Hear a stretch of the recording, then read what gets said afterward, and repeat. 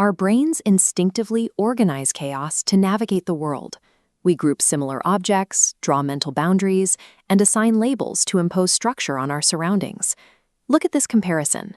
On the left, we see the disorganized reality of a random food order. On the right, those items are separated into distinct, labeled groups like promos and individual meals. While this sorting instinct is useful for daily life, it lacks the precision required to map the physical universe, write complex software, or define the laws of physics. Mathematics formalizes this everyday intuition, providing a rigid architecture that turns vague ideas into perfect, functional boundaries.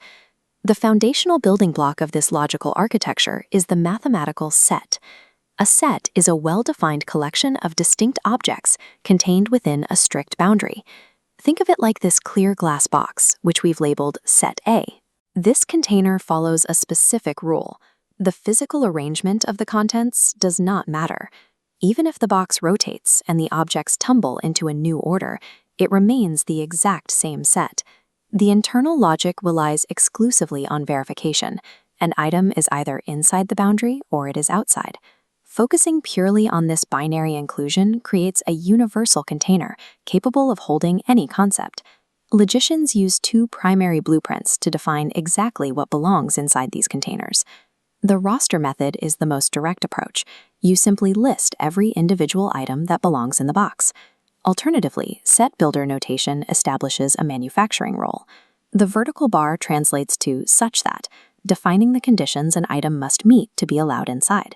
We use the symbol E to denote an element, an item that belongs inside the set. If an item fails the rule and is rejected, we use the symbol E0 to show it is not an element. Mathematical notation serves as the master blueprint for these logical containers.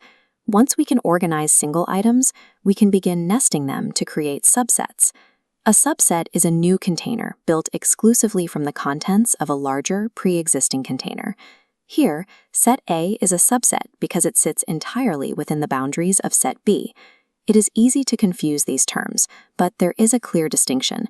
An element is a raw object. A subset is a new container built from those objects. These architectural boundaries map shared characteristics between different groups. In this Venn diagram, the intersection shows elements that physically belong to both containers at the same time.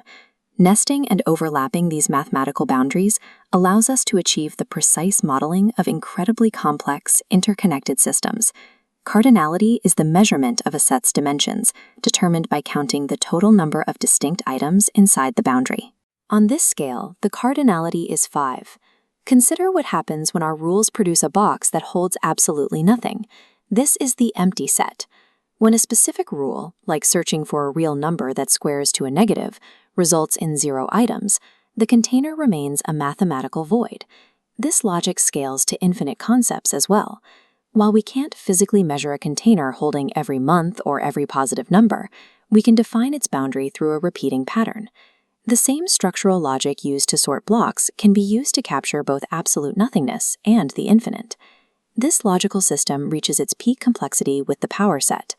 The power set functions as a master container, housing every possible subset configuration derived from an original starting group. Even a simple set of 3 items expands exponentially, configuring into 8 distinct subset realities. This arrangement reveals a natural symmetry, including the empty set, individual items, pairs, and the original set itself.